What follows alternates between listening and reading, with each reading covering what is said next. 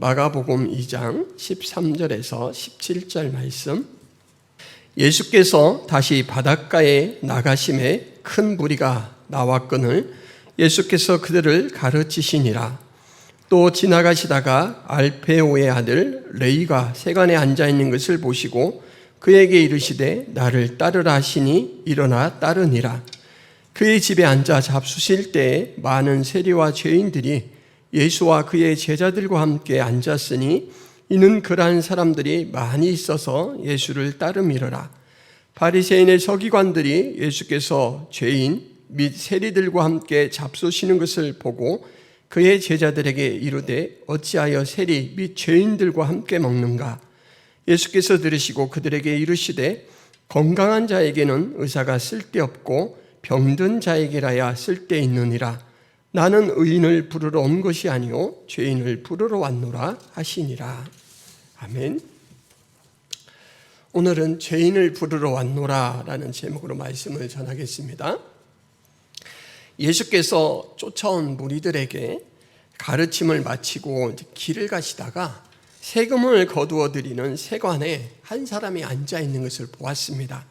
이 사람의 이름은 마태고요. 오늘 이 곳뿐만 아니라 이제 마태복음과 누가복음에 등장하는데 오늘 우리가 살펴본 이 말씀에서는 레위라고 이렇게 기록되고 있는데 레위 지파라서 레위라고 이렇게 기록되어 있을 것이다라고 학자들은 추정을 합니다. 그래서 누가복음과 마태복음에서는 마태다라는 이름을 이렇게 밝히고 있습니다. 그래서 이름은 마태고 레위 지파 사람이다라고 할 수가 있습니다. 예수님은 그에게 말씀하십니다. 뭐라고 말씀하시죠? 나를 따르라. 아주 간단한 말입니다. 나를 따르라. 세관에 앉아 있었기 때문에 이 마태의 직업은 세리입니다. 지금으로 말하자면 관세청 직원입니다. 당시 이스라엘 지역은 크게 세 부분으로 이렇게 지역이 나누어져 있었습니다. 지도를 보시면 저기 초록색으로 있는 부분이 이제 분봉왕 헤롯 안디바가 다스리는 지역이고요. 그리고 옆에 조금 자주색이라고 하나요? 거기가 이제 동생 빌립이 다스리는 영지고 이쪽 밑에 조금 분홍색 비슷하게 있는 지역이 그 총독 행정관 아켈라오가 다스리는 지역입니다. 그러니까 이 당시 이스라엘은 크게 세 사람이 지역을 나누어서 다스렸습니다. 그런데 이렇게 마태가 살고 있는 가버나움 지역은 그 위에 갈릴리에서 빌립 영지 그 사이에 이렇게 있는 경계 지역입니다. 그리고 이제 통치자가 다른 지역으로 이렇게 사람들이 왕래하게 되면 통관세들을 이렇게 내게 되거든요. 그러니까 지금 이제 마태는 바로 가버나움에서 빌립의 영지에서 이쪽 이제 헤롯 안디바가 지배하는 지역으로 왔을 때 처음 거치게 되는 도시입니다. 그러니까 빌립의 영지에서 안디바의 영지로 들어온 사람들, 그 사람들에게 이제 세금을 걷는 거죠.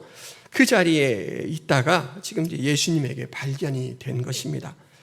이 이스라엘에서 이렇게 세리로 산다라는 것이 우리가 생각할 때 선생님, 판사, 또 이렇게 자유 영업을 하시는 분들 이렇게 이제 여러 직업군인 거잖아요. 왜냐하면 관세청 직원이니까.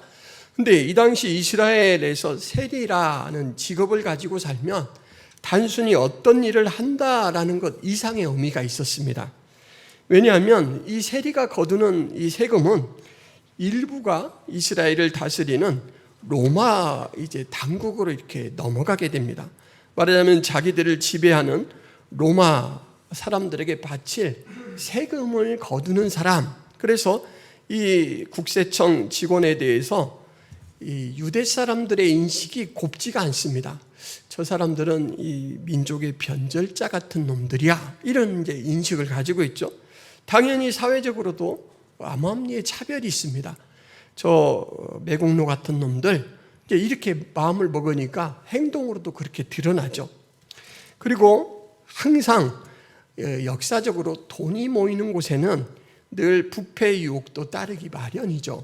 그래서 사회 외척을 받고 마음이 상하고 이제 사회에서 계속 사람들과 부대끼면서 미움받고 멸시받는 것을 경험하면서, 그래? 너희들 그러면 나도 내 살 길 내가 찾는다. 이제 이런 마음으로 개인주의와 이 돈을 숭배하는 배금주의에 빠져서 이 세리들이 규정 이상의 세금을 자꾸 이제 더 이렇게 매기죠. 그래서 사람들이 내야 될 세금보다 훨씬 많은 세금을 거둔 다음에 이제 당국에 바칠 만큼만 바치고 나머지는 자기가 챙기는 겁니다. 그러니까 세리는 사회적으로 욕을 먹고 이 민족의 변절자 또는 매국노 이런 이제 욕을 먹고 살지언정, 그래서 명예는 떨어지고 사회생활 할 땐 좀 불편함을 느낄지언정 부자로 사는 사람들이 많습니다. 여러분, 어느 게 좋을까요? 부자로 사는 게 좋을까요? 아니면 명예를 가지고 사는 게 좋을까요? 각자 다를 거예요. 아주 가난에 찌들어서 살았던 사람은 그깟 명예가 뭐가 중요하냐, 입에 불칠이라도 해야지, 이제 이렇게 생각할 수 있는 사람도 있고, 지금 세리처럼 부함을 누리고 살아보니까 이것은 별로 중요한 것 같지가 않아요. 내가 낳은 자식이 내가 세리라는 이 직업을 가진 것 때문에 사람들에게 놀림을 받고 손가락질을 당하고 때로는 맞고 들어오고, 그런데 이제 그것을 또 가서 이렇게 조목조목 따져주지도 못하고 이 일들이 매번 반복되면 참 마음이 불편할 것 같아요. 내 자식이 나 때문에 내 아들로 태어났기 때문에 이렇게 사는구나 라는 것 때문에 마음이 참 어두워질 것 같습니다. 하여간 이 유대 사회에서 세리로 산다라는 것은 이 굴레를 쓰고 사는 겁니다. 그러니까는 재산으로는 좀 물질적으로는 풍요를 느끼지만 사회에서는 거의 매장당한, 그래서 명예가 없는 사람으로 살아간다라는 것이죠. 이것이 점점 굳어지면서 유대 사회에서는 세리 그러면 뭐의 대명사로 딱 굳어졌냐면 믿지 못할 부류의 사람, 이렇게 굳어져 버렸습니다. 예수님 당시에 세리로 살아가는 이 세리 직업을 가진 사람은 어떤 일을 배우는 제자로 받아주지를 않습니다. 그러니까는 세리 해먹고 너나 잘 살아라 이러고 그냥 딱 고립시키는 거예요. 그래서 어떤 일을 배우려고, 예를 들면 제빵업 좀 배워보고 싶습니다 그러면 딱 내치는 거예요. 그리고 또 유다 이 재판에서는 진위를 증명해 주기 위해서는 2명의 증인이 꼭 필요합니다. 1명 갖고는 재판이 성립이 안 되고 2명의 증인이 필요한데 세리는 그 증인 역할도 할 수가 없어요.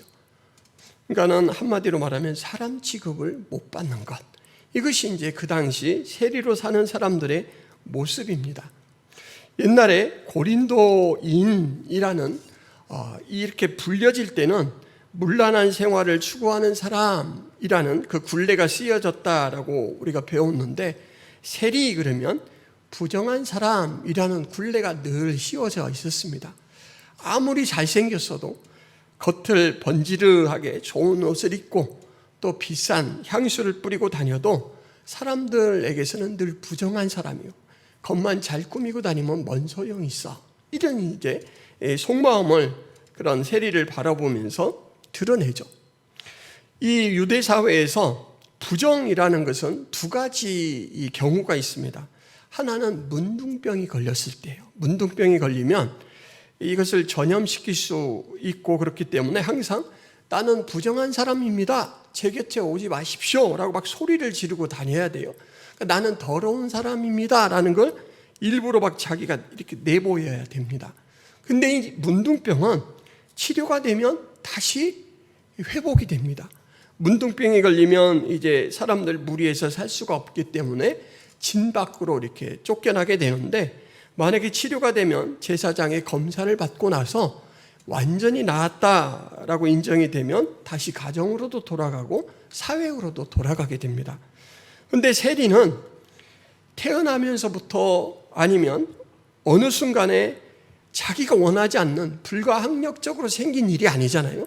세리는 자기가 택해간 것이라서 사람들은 그가 돌아오는 것을 인정해 주지 않습니다.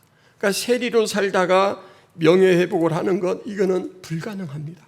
그러니까 한마디로 세리로 살기로 다짐했다, 세리로 살기로 선택했다라는 것은 나는 돈 하나만 그냥 만족하게 살겠다라고 사회생활 이것을 온전하게 자연스럽게 하는 것을 포기한 것과 같다라는 것이죠. 물질적인 풍요는 누리지만 명예도 없고 주변에는 친구들도 없습니다. 비슷한 처지의 소수 사람들끼리 이렇게 뭉쳐서 제한적인 교제를 나눌 뿐 일반 사회에 나가면 가족 또 자기 자신은 멸시를 받는 삶을 살아야 되죠. 참 마음이 괴롭고 짓눌릴 것입니다. 떳떳하지 못한 삶, 나뿐만 아니고 나를 통해서 내 자녀들, 내 가족들까지 큰일이 드리워지는 이 모습을 보면서 이 세리로 사는 사람들은 아마 살아가면 살아갈수록 후회가 쌓일 거예요. 내가 왜 그때 너무 섣불리 이 돈 쪽으로만 이렇게 선택을 했을까? 그렇게 이제 마음이 짓눌리고 괴로워서 예수님에 대한 소문을 듣고도 그 앞에 나가지 못하고 주변인으로서 간접적으로만 그렇게 예수님을 듣고 대하는데 오늘 무슨 일이 벌어졌냐면 메시아라고 주장하시고 지금 수많은 사람들이 이 메시아라고 주장하는 예수님을 따르고 있는데 그분이 지금 내가 근무하는 이 세관 앞을 지나다가 저를 보고는 나를 따르라 이렇게 말씀하는 거예요. 여러분, 이게 실감이 날까요? 사람들이 저를 딱 바라보면, 제가 이제 세리라고 한다면 저를 바라보면 그냥 0.01초 만에 눈을 싹 피해버려요. 에이, 못 볼 걸 봤네, 가서 눈이라도 씻어야겠다, 이제 이런 생각을 하는 게 다 보여요. 얼굴에 비춰져요. 근데 예수님께서 지나가시다가 나를 따르라 이렇게 말하는 거예요. 만약에 저 같으면 이렇게 봤을 거예요. 내가 아니고 다른 사람에게 말씀하신 건가?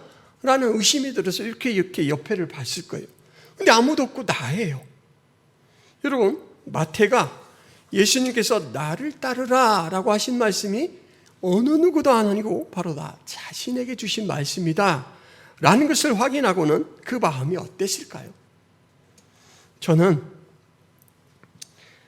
정말 믿겨지지가 않아서 저 말이에요? 이렇게 했을 것 같아요. 저 말이에요? 정말 저예요? 상식과 사회 통념으로 할 수 없는 제안을 그분이 해주신 거예요. 분명 나에게 이런 일이, 나에게 그런 제의를 하셨단 말인가? 이렇게 이제 생각하게 되겠죠. 마가는 간단하게 그 다음 이야기를 뭐라고 이야기하냐면 일어나 따랐다라고 합니다. 일어나 따랐다. 나를 따라오라 라고 하니까 일어나 따랐다 라고 하는데, 같은 사건을 기록하는 누가는 그가 모든 것을 버리고 일어나 따랐다 라고 합니다. 그가 모든 것을 버렸다. 마태는 모든 것을 포기할 만큼 이 일을 대단한 일로 받아들였습니다. 모든 것을 믿고 따를 만큼 예수님을 위대한 분으로 바라보았습니다. 가장 위험 있는 분, 그리고 그가 해주신 가장 영광스러운 초대, 거기에 내가 볼 수 있는 것은 앞도 뒤도 돌아보지 않고 오로지 그분에게 올인하는 거다. 그래서 모든 것들을 버려두고 쫓아갑니다. 집에 가서 가족들과 상의하지 않습니다. 그냥 이 직장, 이 나를 따르라 라는 제안을 해주신 그 현장에서 따라 나서죠. 그런데 중요한 것은 이 마태가 세리의 직책을 버리고 따르면 다시는 세리가 될 수가 없습니다. 만약에 예수님을 따르는 일에 실패한다면 다시는 세리로 돌아올 수가 없습니다. 나를 따르라 라는 말씀을 들었을 때 다른 여러 제자들도 즉시 예수님을 따랐습니다. 다른 것들을 버려두고. 근데 그 제자들은 만약에 실패하면 돌아갈 수 있어요. 고기를 잡던 어부들은 다시 어부가 될 수가 있습니다. 그리고 예수님께서 십자가에 돌아가셨을 때 정말로 어부로 돌아갔던 사람들도 있었죠. 그런데 세리의 이 직무는 그것을 선택해서 살기도 어렵지만 세리로 살다가 그곳을 떠나서는 다시 복귀가 안 됩니다. 그러니까 저도 아닌 정말 이제는 소수의 무리 속에서도 속할 수 없는 그런 처지가 될 수도 있어요. 그런데 그러함에도 불구하고 예수님의 부름에 이 마태는 모든 것을 다 포기하고 따라갔다라는 거죠. 칼빈은 이 마태를 부르신 하나님의 은혜가 바로 조건 없이 자격 없이 부르시는 하나님의 사랑의 가장 큰 한 예표다 이렇게 말합니다. 칼빈은 이 마태에 대해서 그리스도에게 계시된 은혜의 증인이요 대표자요 은혜의 추천장이다 이렇게 말합니다. 선택받을 수 없고 하나님 앞에 나아갈 수 없고 사랑받을 수 없는 사람들의 시각으로는 그런 사람이 부름을 받았고 그의 제자가 되어 사는 것 그 자체가 우리에게 드러내주는 그런 의미가 있다라는 거죠. 저 사람도 사랑해 주셨어. 나도 저 사람과 비슷한 처지인데 그렇다면 나도 사랑해 주시지 않을까라는 생각을 가질 수 있게 하나님께서 이 마태를 들어 쓰신다라는 것이죠. 여러분, 마태가 레위 지파에 속했다라고 말씀을 드렸습니다. 이 레위 지파는 이스라엘에서 아주 특별한 지파입니다. 하나님께서 이스라엘 백성들을 먼 애굽 땅에서 이제 가나안 땅으로 이렇게 이주하도록 옮겨주셨고 이 가나안 땅을 차지할 때 지파별로 땅을 분할해서 나눠줬습니다. 근데 레위 지파만큼은 땅을 하나도 주지 않았습니다. 왜냐하면 레위 지파는 오래전에 하나님 앞에 헌신한 자로 선택을 받았고 그래서 하나님께서는 너는 영영이 나를 섬기는 일을 하며 살아라. 그리고 그 일을 하며 살 때 너에게 필요한 것은 내가 무엇이든지 공급해 주겠다라는 약속을 받은 사람들입니다. 그래서 레위 지파는 하나님을 의지하며 사는 사람, 다시 말해서 성경 표현으로 말하자면 여호와는 나의 기업이라는 고백을 가지고 늘 하나님을 의지하며 사는 사람이죠. 그리고 하나님에 관한 일, 성례를 책임지며 사는 사람입니다. 그런데 가장 거룩해야 될 이 사람이 지금 가장 부정한 일, 이스라엘 백성 사람들 누구라도 인정해 주지 않는 그런 일, 바로 세리의 일을 하고 살아가고 있다라는 것은 여러분 어떻게 받아들여야 될까요?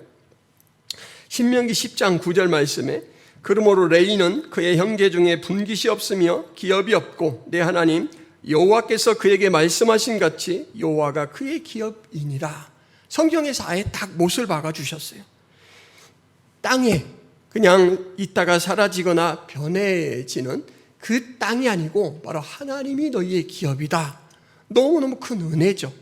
그런데 지금 마태는 그 거룩의 자리를 떠났을 뿐만 아니라 거룩과는 가장 반대인 부정한 일을 하고 있습니다. 마태는 세리로 산다라고 할 때 그 임무를 벗어나 산다라는 것과 같죠.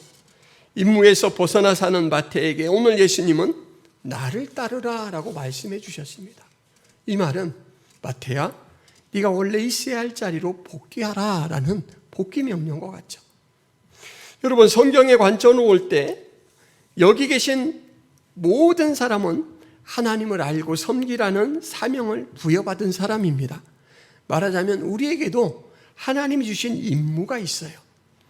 이사야 43장 7절 말씀에 보면 내 이름으로 불려지는 모든 자 곧 내가 내 영광을 위하여 창조한 자를 오게 하라. 그를 내가 지었고 그를 내가 만들었느니라. 여기 계신 모든 분들은 하나님께서 지었고 하나님께서 만드신 존재입니다. 근데 그 만드시고 이제 지으신 사람을 창조하신 목적이 뭐냐면 내 영광을 위하여 창조했다라고 이야기해요. 그리고 내 이름으로 불려질 것이다. 하나님의 사람으로 불려질 것이다 라고 하나님이 선언해 주셨어요. 내가 아직 그 하나님 앞에 반응하지 못했을지라도 하나님은 우리를 그렇게 대하십니다. 그렇게 보셔요. 그러니까 예수 그리스도를 통해서 마태를 찾아가셔서 무한한 사랑으로 손 내밀며 나를 따르라 부르신 하나님은 우리에게도 찾아오십니다. 저에게는 언제 찾아오셨냐면 대학교 1학년 때 찾아오셨습니다.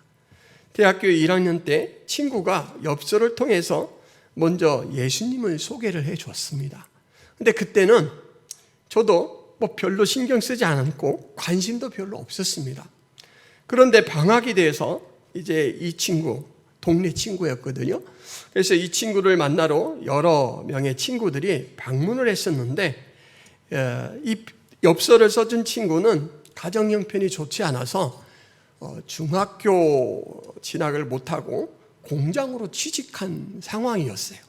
그래서 이제 저희가 그 직장 근처에 자취를 하고 있었기 때문에 그곳으로 방문을 하러 갔었는데 우리가 가는 날이 야근이 있어서 9시에 끝나는 거예요. 그래서 이제 공장 앞에서 기다렸다가 그 친구가 나오니까 함께 자취방을 따라가서 저녁을 얻어먹었는데 마침 금요일이라고 본인은 금요 철야를 가야 된다는 거예요. 그래서 이제 저희가 따라갔죠. 근데 저는 거기 가서 너무너무 깜짝 놀랐습니다. 비슷한 처지의 사람들이에요. 다들 가난하고 형편이 어려워서 이제 일찍 이 산업전선에 뛰어들어서 돈을 벌어서 동생들을 학교를 보내고 또 시골에 계신 부모님과 가족들이 살아갈 수 있도록 되게 희생하고 있는 사람들이죠. 근데 그렇게 모인 20명이 채 안 되는 그 사람들이 그 늦은 시간 야근을 끝마치고 오셔서 이렇게 모여서 찬송도 하고 기도를 하고 하는 모습이 저에게는 너무너무 큰 도전이 되었습니다. 그 사람들은 내가 이렇게 희생을 하고 있어서 너무 힘들다 괴롭다 하는 얼굴빛이 하나도 없었어요. 너무너무 기쁨이 충만하고 되게 평강이 넘치고 막 환한 얼굴로 우리를 맞이해주고 그러는 거예요. 그래서 그때 제가 이런 마음속 도전을 받았습니다. 하나님, 저 사람들이 어떻게 저렇게 기쁘게 살아갈 수가 있죠?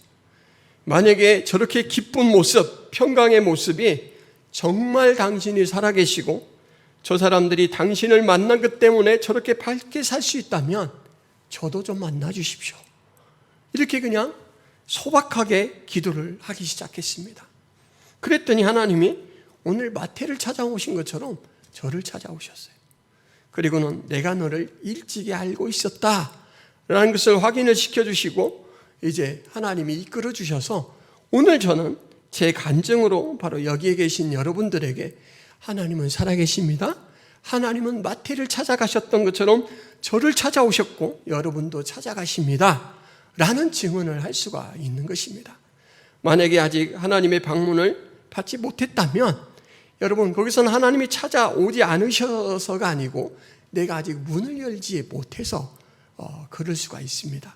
하나님께 귀를 기울이고 하나님께 마음의 문을 열어주신다면 하나님께서 여러분 마음에 접촉해 주실 것입니다. 만약에 하나님을 아직 깊이 만나지 못했다면 여러분 마음을 열어보시기 바랍니다. 누구누구야 나를 따라오지 않으련? 이 말씀을 여러분들도 곧 들으실 수가 있을 것입니다. 하나님은 우리를 만드셨고 만든 최고의 작품이기 때문에 하나님은 우리를 지극히 사랑한다라고 이렇게 성경이 말씀해 주신다라는 것을 제가 전해드렸죠. 예수님을 진정으로 만난 사람의 가장 큰 특징은 기쁨입니다. 기쁨. 마태도 기쁨이고 저도 기쁨이 넘쳐서 얼마나 기뻤냐면 제가 군 생활을 할 때 별명이 해보였습니다. 하도 웃고 다녀서 해벌레 이렇게 웃는다 해서 해보였어요. 근데 마태가 얼마나 기쁜지 그 기쁨을 마음속에 품었을 뿐만 아니고 예수님을 실제로 큰 잔치를 배설해서 예수님을 대접합니다. 누가복음 5장 29절 말씀에 같은 사건을 이렇게 기록합니다. 레위가 예수를 위하여 자기 집에서 큰 잔치를 하니 예수님이 너무 고마우니까 많은 음식들을 장만해 놓고 예수님을 초대했죠. 잔치에는 마태의 예수님을 향한 마음뿐 아니라 자신처럼 절망스러운 가운데 살고 있는 동료와 친구들에 대한 마음도 담겨 있었습니다. 그래서 오늘 말씀 15절 말씀에 보면 그의 집에 앉아 잡수실 때 많은 세리와 죄인들이 예수와 그의 제자들과 함께 앉았으니 이는 그러한 사람들이 많이 있어서 예수를 따르미러라. 마태는 다른 친구들도 다른 동료들도 다른 죄인들도 나와 같이 변화되기를 원하는 마음이 있었어요. 그래서 예수님을 초대했을 뿐만 아니라 한 사람 한 사람에게 초대장을 보내서 야 우리 집에 예수님이 오신다니까 우리 집에 와서 음식도 같이 먹고 그 예수님을 좀 만나봐 이렇게 이제 권한 거죠. 이 잔치가 마련되기까지 이곳에 초대된 사람들은 대부분 예수님의 가르침을 직접 들을 기회는 없었을 것입니다. 아마 예수님에 대해서 제대로 전해주는 사람들도 없었을 거예요. 늘 주변인의 입장에서 만날 수 없었던 분, 저만치 멀리 계신 분, 이런 분이었는데 오늘 마태가 이렇게 열어놓은 잔치 때문에 그들은 예수님과 함께 한 그릇에서 음식을 꺼내서 먹기도 하고 대화를 나눕니다. 예수님께서 천국에 대해서 말씀하시는 것, 진리에 대해서 말씀하시는 것, 하나님이 사람을 얼마나 사랑하시고 있다라는 것에 대해서 말씀해 주시는 것을 조목조목 듣는 거죠.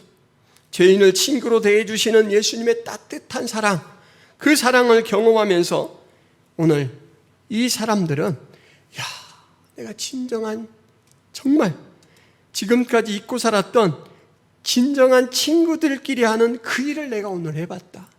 뭐냐면 식탁의 교제를 나누는 거죠. 그리고 대화를 나누는 거죠. 감정을 나누고 진리를 논하는 이 일이 이제 이루어지는 동안 이 사람들의 마음이 변하기 시작합니다. 예수님은 정말 다른 분이구나. 이 집 밖에만, 문 밖에만 나서면 늘 도끼 눈을 뜨고 바라보는, 늘 멸시하는 저 사람들하고는 다르구나. 이분이 전하는 말에는 뭔가 모르게 권세가 느껴진다.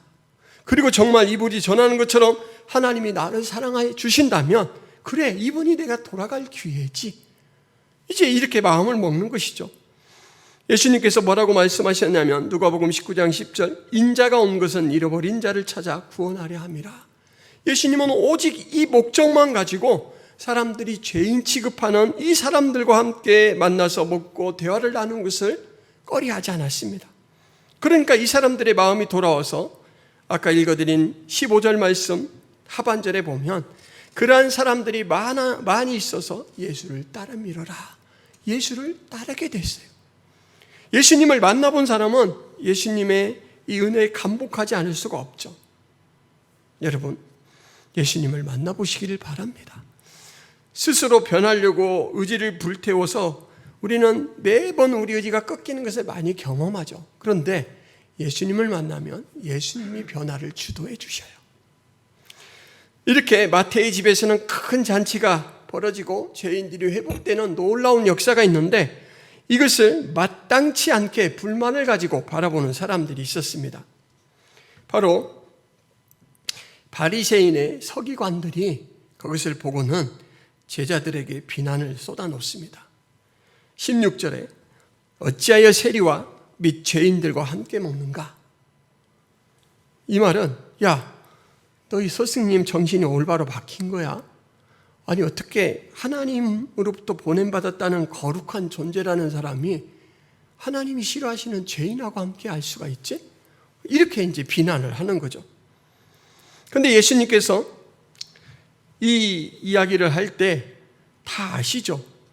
이 마태와 잔치 동석자들의 사회적 신분을 문제 삼고 있을 때 예수님께서 다 아시고 뭐라고 말씀하시냐면 건강한 자에게는 의사가 쓸데없고 병든 자에게라야 쓸데있느니라.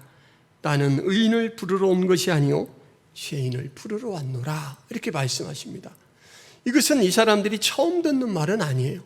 왜냐하면 이 당시 이것은 유명한 속담이고 격언입니다. 사람들이 자기에게 필요할 때 의사의 가치를 알아본다라는 것이죠. 그 말씀으로 건강한 자에게는 의사가 쓸데없고, 그러니까 건강한 사람은 의사에 대한 필요를 잘 못 느끼죠. 그래서 의사에 대한 필요를 잘 못 느끼니까 의사에 대해서 애틋한 마음도 없죠. 근데 병든 사람은 자기의 병을 치료해 줄 의사라면은 정말로 매어 달리기도 하고 또 그 의사를 되게 소중하게 생각하죠. 이것처럼 나는 의인, 고칠 것이 없다라고 하는 온전한 의인을 부르러 온 것이 아니요 죄인을 부르러 왔다. 이렇게 이제 밝혀주시는 거죠. 이 말을 오해하시면 안 됩니다. 예수님이 의인을 배제한다, 의인을 배척한다라는 말씀은 아닙니다. 메시아의 목표가 사람을 분별해서 거룩한 사람들끼리만 모아서 동아리를 만드는 이것이 아니다라는 거죠. 죄인들, 병든 자를 치유하고 변화시키는 일을 위해서 왔다라는 사명을 밝혀주시는 것이고 메시아가 품어야 하는 대상의 경계가 의인뿐만 아니라 저 딴 끝, 세상 끝에 서 있는 저 병든 죄인들까지도 내가 품어야 될 대상이다 라는 말씀을 해주신 거죠. 의인은 당연히 하나님 나라의 사랑을 받아야 되죠. 근데 이 말씀 속에 우리가 중요한 비밀 하나를 놓치면 안 됩니다. 지금 이 말을 했다라고 해서 바리새인의 서기관이 의인이냐? 여러분, 의인일까요? 아니죠. 이 사람들도 똑같이 죄인이고 지금 예수님의 비유로 말하자면 병자입니다. 근데 자기가 병자인 걸 모르는 병자일 뿐이에요. 제일 무서운 병자죠. 세리마태는 하도 멸시를 당하니까 자기의 처지를 알아요. 자기가 고침을 받아야 되고 변화를 받아야 될 사람이라는 것은 알아요. 그러나 이 바리새인의 서기관들은 자신의 병을 모릅니다. 그렇지만 예수님은 그들까지도 이제 용납하시면서 염두에 주시고 이 말씀을 하시죠. 저는 이 말씀 속에 행간에 생략되어 있는 예수님의 음성이 들리는 듯해요. 얘야, 너도 죄인이란다. 네가 심각성을 몰라서 그렇지 너도 병든 자란다. 너도 고침을 받아야 된다. 교회 안에 있는 죄인도 많고 교회 안에 있는 병자도 많습니다. 우리는 거룩을 추구하고 경건을 추구하지만 완성할 수 없는 존재죠. 우리의 완성은 오로지 우리와 연합해 주신 예수 그리스도의 은혜로 되는 것이고 그것은 우리가 이 세상을 떠나갈 때 되는 것이죠. 그런데 오래전에 남들보다 먼저 교회에 들어왔다고 마치 자기는 의인의 이 상태에 도달한 것처럼 착각하고 사는 사람들이 많이 있어요. 그래서 그 사람들은 나는 저와 다르다, 나는 새신자와 다르다, 나는 교회 밖에 있는 사람과 다르다 라고 생각할 수 있는데 그렇지 않습니다. 우리는 교회 안에서도 늘 예수님의 보살핌을 받아야 될 병자이고 죄인입니다. 그리고 이제 그런 은혜를 받은 먼저 된 자로서 이 예수님이 운영하시는 병원의 근무자들이죠. 병원에 근무하는 직원이라도 병 걸릴 수 있잖아요. 치료가 필요합니다. 예수님의 사랑과 은혜가 필요하죠. 마태복음 20장 13절 16절에 보면 포도원 품꾼의 비유가 나옵니다. 여러 사람들이 이제 일꾼으로 부름을 받기 위해서 말하자면 오늘 하루 일을 하고 일당을 받아가서 가족들을 부양해야 돼서 뽑혀가기를 기다리고 있는데 사람들이 뽑아가지를 않아요. 그런데 어떤 사람이 지나가다가 아니 당신들 이 시간에 왜 여기 있습니까? 그러니까 제가 오늘 일을 해서 일당을 벌어야 가족들이 먹고 살 수 있는데 아무도 저를 뽑아가지 않아서 이렇게 시간만 보내고 있습니다. 그러니까 아이고 그러면 우리 포도원에 가서 일하시죠. 제가 하루치 일당을 드리겠습니다. 그리고 이제 보냈어요. 근데 이 주인이 한 2시간 있다가 그 자리에 왔더니 이제 또 다른 사람들이 그곳에 있어요. 당신들은 또 왜 여기 있습니까? 그랬더니 우리를 쓰는 이 사람들이 없어서 그냥 허송세월 하고 있습니다. 아이고 큰일 나겠네요. 당신들도 우리 포도원에 가서 일하시죠. 일당을 드리겠습니다. 그렇게 해서 이제 여러 사람들이 시간차를 두고 이 사람의 포도원에 가서 일하게 됐습니다. 품삯을 지급하는데 제일 늦게 포도원에 들어갔던 일을 한 2시간밖에 못한 사람부터 이제 말하자면 일당을 주는 거예요. 하루 일당 15만 원 여기 있으니까 가지고 돌아가십시오. 그러니까 사람들이 딱 보고는 2시간 일했는데 15만 원이면 나는 8시간 일했으니까 그걸 기준으로 자기 임금을 생각하는 거예요. 근데 똑같이 15만 원을 주는 거예요. 그러니까 8시간 일한 사람이 아니 주인님 왜 이러시죠? 저 사람은 2시간 일했고 우리는 8시간 일했는데 왜 차별을 두십니까? 그럴 때 이 주인이 뭐라고 이야기했냐면 이 사람아 내가 내 돈을 가지고 품삯을 주는 것 그건 내 뜻이 아니냐? 내가 처음부터 끝까지 일한 사람이나 늦게 온 사람이나 필요가 같기 때문에 이 사람에게는 내가 손해가 나지만 같은 양으로 줘서 가족들이 굶지 않도록 이렇게 은혜를 베푸는 것 내가 의롭게 하는 이 일을 네가 오히려 그래서 악하다고 보느냐? 이렇게 말씀하셔요. 무슨 말씀이시냐면 하나님은 우리의 처지에 맞춰주셔서 우리를 만나주신다라는 거예요. 우리가 5군데가 고침이 필요한 사람은 5군데 고칠 능력으로 찾아오십니다. 만약에 9군데에 병이 난 사람은 9군데 고칠 능력으로 찾아오셔요. 도저히 사람 앞에 눈도 마주치지 못할 만큼 위축되고 불안함 속에 살아가고 있는 사람은 하나님께서 그보다 더 낮은 자리에서 그에게 눈을 맞춰주셔요. 하나님 관심과 눈길에서 벗어날 수 있는 사람이 하나도 없다라는 거예요. 하나님은 그렇게 찾아오십니다. 그래서 오늘 마태를 찾아오셨고 이제 십자가의 죽으심으로 하나님의 이 구원의 사역을 이룰 때는 자신들을 십자가에 못 박혀 죽게 만드는 그 자들도 하나님, 저들이 하는 일을 알지 못합니다. 용서해 주십시오. 라는 기도를 마치고 떠나죠. 오늘 우리는 말할 수 없는 영광스러운 초대, 바로 죄인으로 사는 마태에게 주신 초대를 받았고, 제가 이 말씀을 전하면서 이것은 저에게 주신 초대이기도 합니다. 그리고 여러분들에게 주시는 초대이기도 합니다. 라는 말씀을 전했습니다. 여러분, 하나님의 초대에 여러분들도 마태와 같이 기쁨으로 응답하실 수 있기를 바랍니다. 하나님은 항상 우리를 관심 가지고 계신다라는 거죠. 여러분, 사람들 사이에는 병이 깊으면 외면당하고 배척당하기 쉽죠. 제가 청년 때에 있었던 독산동에 있는 시은교회의 최칠용 목사님께서 전도사로 계실 때 중이염을 심하게 앓고 계셨습니다.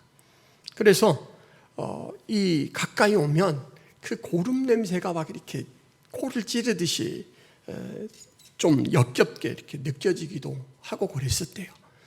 그런데 어느 날 신방을 마치고 오신 이 담임 목사님이 이 전도사님을 부르시더니 최 전도사, 이제 다음부터는 나랑 신방 가지 맙시다. 냄새가 하도 역겨워서 식사를 할 수가 없잖아. 이렇게 이야기를 하더래요. 그래서 이 전도사님이 너무너무 마음에 상처가 됐습니다. 말씀을 전하고 예수 그리스도의 사랑을 나눈다라는 교역자, 그리고 신방을 가는 게 자기는 밥 얻어먹기 위해서 가는 게 아니고 그 말씀을 함께 나누고 사랑을 전하기 위해 가는 거잖아요. 근데 담임 목사님이 그렇게 말씀하시니까 너무너무 상처가 되더래요. 그래서 이제 하나님 앞에, 하나님, 저희 중이염 때문에 사역 못하겠습니다. 중이염을 거두어 사역을 할 수 있도록 하시든지 다른 일을 하도록 제 방향을 바꿔주세요. 이렇게 기도했대요. 여러분, 하나님이 어떻게 결정해 주셨을까요? 어떻게 인도해 주셨을까요? 당연히 중이염을 치료해 주셨어요. 그래서 나은 이제 몸으로 감사하면서 하나님 맡겨주신 일들을 수행할 수가 있었다라고 합니다.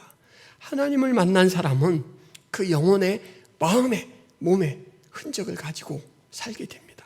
여러분들에게도 그러한 흔적이 있기를 바랍니다. 마지막으로 스바냐 3장 17절 말씀 한 절 읽어드리고 설교를 마치도록 하겠습니다. 너의 하나님 여호와가 너의 가운데 계시니 그는 구원을 베푸실 전능자이시라. 그가 너로 말미암아 기쁨을 이기지 못하시며 너를 잠잠히 사랑하시며 너로 말미암아 즐거이 부르며 기뻐하시리라 하시니라. 자, 앞에 있으니까 우리 목소리로 한번 읽도록 하겠습니다. 앞에 보시고, 자, 시작. 너의 하나님 여호와가 너의 가운데에 계시니 그는 구원을 베푸실 전능자이시라. 그가 너로 말미암아 기쁨을 이기지 못하시며 너를 잠잠히 사랑하시며 너로 말미암아 즐거이 부르며 기뻐하시리라. 여러분, 한 번 더 읽을 때는 너라는 말에 자신의 이름을 넣어보시기를 바랍니다. 같이 하겠습니다. 시작. 영복이의 하나님 여호와가 영복이의 가운데에 계시니 그는 구원을 베푸실 전능자이시라. 그가 영복이로 말미암아 기쁨을 이기지 못하시며 영복이를 잠잠히 사랑하시며 영복이로 말미암아 즐거이 부르며 기뻐하시리라 하시니라. 하나님은 바로 나로 인한 기쁨보다 세상에서 기뻐할 일이 없습니다. 하나님은 자기가 사랑해서 만들어 놓은 사람이라는 존재보다 다른 것으로 더 큰 영광을 취하시지 않으셔요. 내가 하나님 앞에 그런 큰 사랑을 받는다라는 것을 여러분 기억하시기를 바랍니다. 기도하겠습니다. 하나님, 마태를 찾아오셔서 나를 따르라 부르신 예수님, 그 예수님을 보내신 하나님께서는 나를 부르고 우리의 역사 현실에 찾아오셔서 지금도 내가 너를 얼마나 사랑하는지 아느냐라고 우리의 마음 문을 두드리는 것을 오늘 말씀을 통해 확인받았습니다. 하나님을 아는 것으로 기쁨이 회복되게 하시고 평강이 회복될 수 있도록 도와주옵소서. 나로 인하여 기쁨을 이기지 못하시고 나를 잠잠히 사랑하시고 나라고 말미암아 즐거이 부리며 기뻐하신다 하는 이 하나님의 음성을 듣습니다. 우리 하나님 앞에 우리가 그런 기쁜 존재로 나가서게 하여 주옵소서. 하나님의 은혜에 반응하는 저희들이 되게 하여 주옵소서. 예수 그리스도의 이름으로 기도하옵나이다. 아멘.